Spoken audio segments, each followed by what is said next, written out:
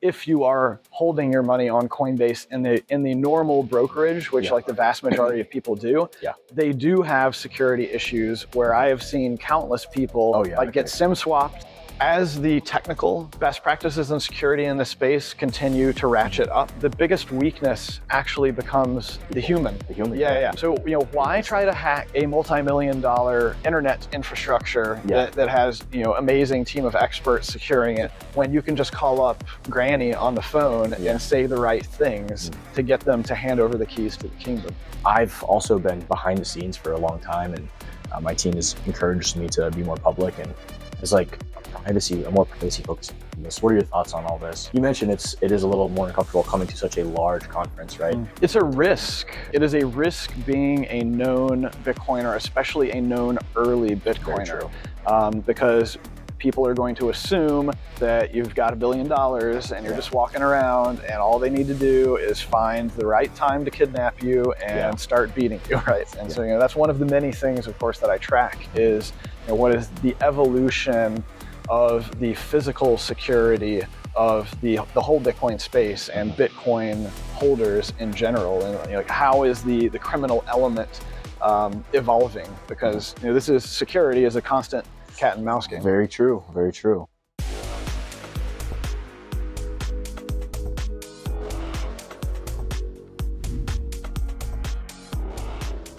We're here at day 3 of the Bitcoin conference here in Nashville. I'm here with Jameson Lopp.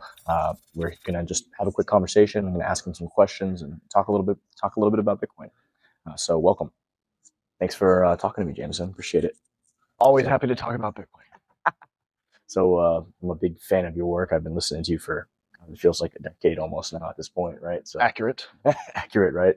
I think you've had some great episodes with like Peter McCormick early on, which I really jived with and listened to. So thank you for all your contributions to the space. How do you feel about this Bitcoin conference? Like, what are your thoughts taken away from day 3?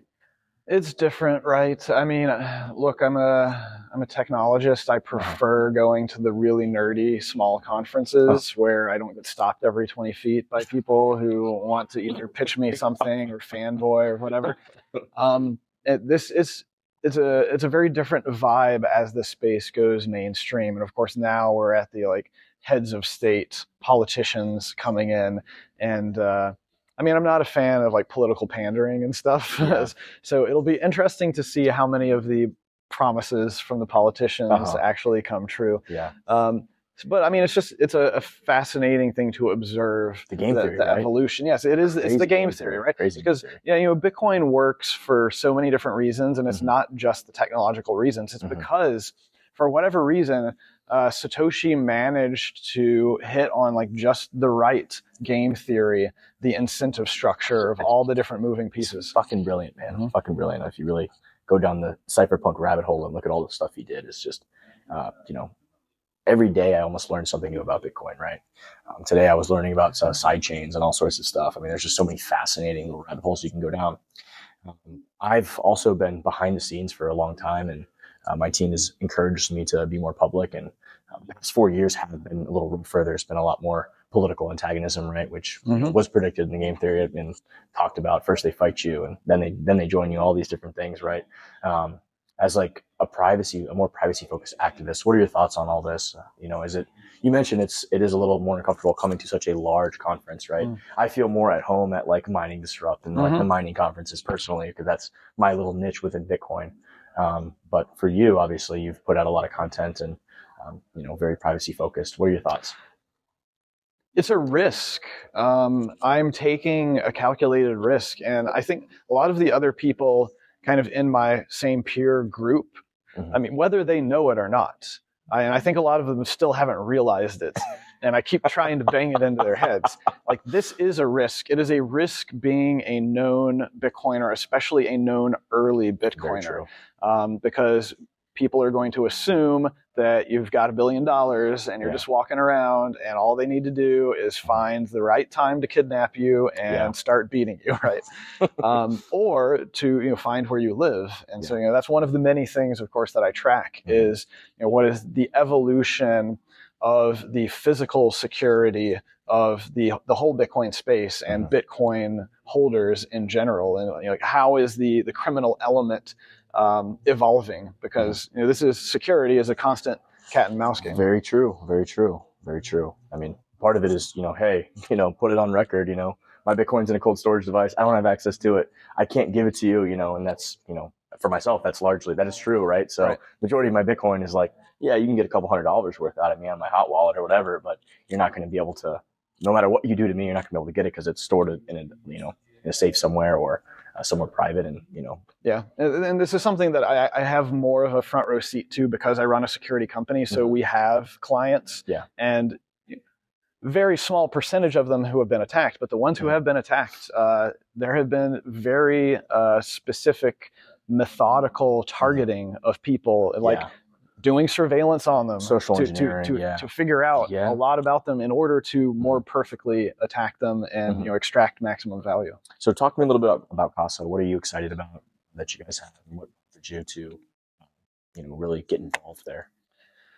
Yeah, well, the primary thing is we keep learning like what the best practices are when it comes to security for your Bitcoin, and we learn from other people's mistakes, preferably not from our own mistakes.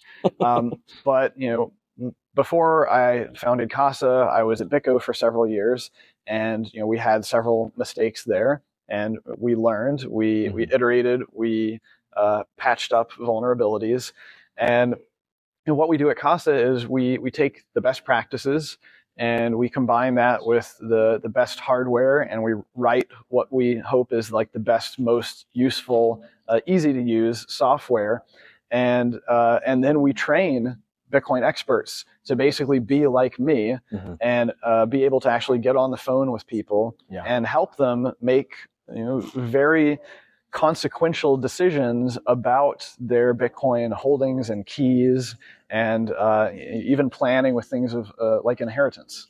I do the same thing for all the old ladies at my Bitcoin meetup. I just don't get paid for it.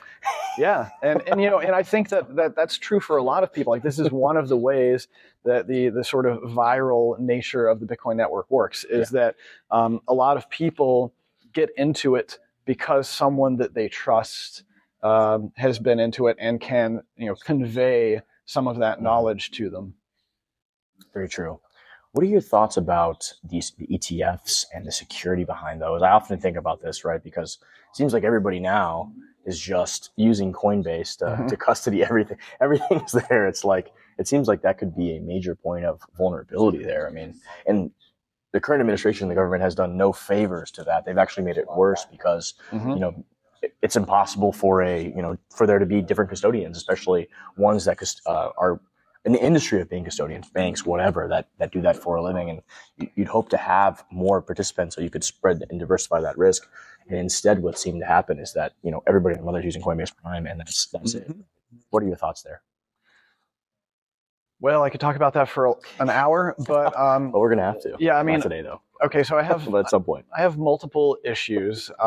So first of all, I'll state that as far as I'm aware, I have no reason to believe that Coinbase has poor security practices for their cold storage. But we don't know what those are, right? It's a black box. But I have no reason to believe that they're doing poorly there. Like, they have spoken about some of their practices in the past, and they were quite impressive. However, I will say that if you are holding your money on Coinbase in the normal brokerage, which like the vast majority of people do, they do have security issues where I have seen countless people get SIM swapped and get your funds completely drained. We probably get once a month at the meetup, we get somebody with, hey, this happened, or and the social engineering is also becoming more sophisticated. As we heard from John Seth, getting the recording of one of those like 20-year-old, or if not like teenage social engineers. They're going out there and they're realizing that as the technical best practices and security in the space continue to ratchet up, the biggest weakness actually becomes the human. The human. Yeah. Humans always. So why try to hack a multi-million-dollar internet infrastructure Yeah. that has, amazing team of experts securing it, when you can just call up Granny on the phone Yeah. and say the right things to get them to hand over the keys to the kingdom. With AI and, the voice generation and all this stuff, it's an interesting field. And it's like a kind of a, by no means an expert in your domain and the privacy aspect of Bitcoin when it comes to security and all that. I mean, that's, I like to learn about it, and I try my best, and try to just know enough to be secure, right? But it's like a cat and mouse game, watching it evolve and change over time. Yeah, so we're never going to perfectly solve everything. The only thing that I think we can really hope for is we keep pushing the bar forward, and it is a matter of making people comfortable with taking on some responsibility. Yeah. And if anything, this may be a multi-generational societal level shift that needs to happen, because if you look at the arc of history, it makes sense how we got to where we are today. We have evolved our society and our economy through specialization of tasks. This allows for people to be far more efficient by optimizing one very specific thing. And the result of that is that we've created a civilization where you outsource many, many aspects of your life. And this is great from an economic perspective because your quality of life goes up. But what we, I think, never really realized until very recently is that this actually introduces a lot of systemic risk and fragility into the fabric of society itself. No doubt about that at all, right? And just even, what you said, personal responsibility and accountability, it's just the culture of society itself at this point. There's, we're lacking in that area. I think it's obvious to see. Nobody wants to take personal accountability, personal responsibility for their decisions, right? I see it even at the meetup when it's like,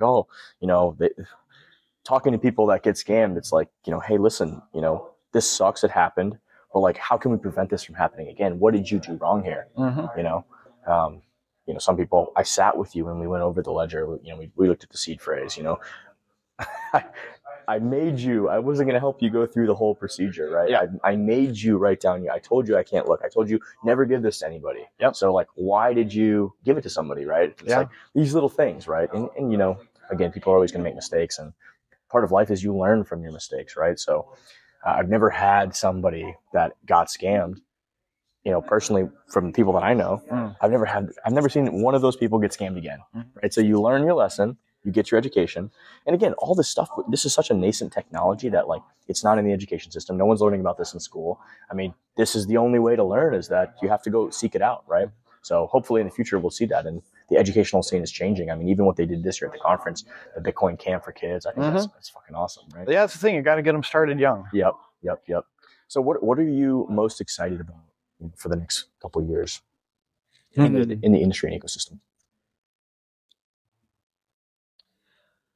Well, I mean, since I focus on the technology side, for me, it's more about continuing to shepherd, especially scalability improvements. But the thing that I'm most focused on is that we can get a few protocol changes in that will actually just open up the ability for people to develop Bitcoin-related layers. Right now, it's way too difficult. Do you think that's possible, though? I mean, it seems like the protocol itself is so resistant to any change, especially at that base layer. I mean, that's an uphill battle. I mean, I think it's possible because we already have a number of good improvement proposals, and we know that they can be implemented. The code already exists in many cases. It's just a matter of really. Which one are you the most excited about right now, and what's the biggest path of resistance? Yeah, I mean, I think in terms of new functionality, OpCat seems to be one of the more powerful things. But Rusty Russell came out recently with this idea of like the Great Script Restoration Project, which is basically re-enable a lot of the original functionality that got turned off many years ago. But Satoshi turned that off in correct. Right? He just didn't want. He wanted to make sure everything. Yeah, out of an abundance of caution, which on the base layer makes sense, right? Right. But now we actually. And one of the reasons why we know that it's safe to do this is that there are other networks like Bitcoin Cash actually that re-enabled it years ago. So like we know that it's possible to run these other parts of the protocol safely. And that would enable more permissionless innovation of people to create other layers. You're not wrong. You're not wrong at all. I think Vitalik, a long time ago was talking kind of about what you're saying, and that's eventually why he went and founded Ethereum, to have a different programming language that was more feasible. I mean, that's part of the problem, is that if it's too difficult for people to build in the Bitcoin ecosystem, and there's some specific functionality that they're striving for, then they're going to take the path of least resistance. No, makes sense. And you know what? Kudos to a lot of these a lot of people are like, oh, screw all these other networks. Well, like, they're experimenting, they're testing things, and Bitcoin can see what works, what doesn't, and potentially institute change. And I'm not personally opposed to that. I mean, I think the base case is this, global digital store of value, this decentralized money, and, this permissionless money that is ultimately decentralized. And I think as long as we can keep that, we can potentially do other things as long as we know that they're safe. So very interesting, very interesting. I don't want to take up too much of your time. I really appreciate you hopping on with me. I've, followed you for a long time and followed your work. So thank you for all that you've done. Appreciate it. And we're launching a new podcast here pretty soon called Cypherpunk. So love to have you on sometime. My first guest is going to be Aaron Van Weirdum. He's coming down for a week or two to spend with me, and we're going to dive into his book. So Genesis. So if you haven't read it, get yourself a copy. I have. Oh, it's fantastic. It is. Yeah. So thank you, brother. Appreciate it. You bet.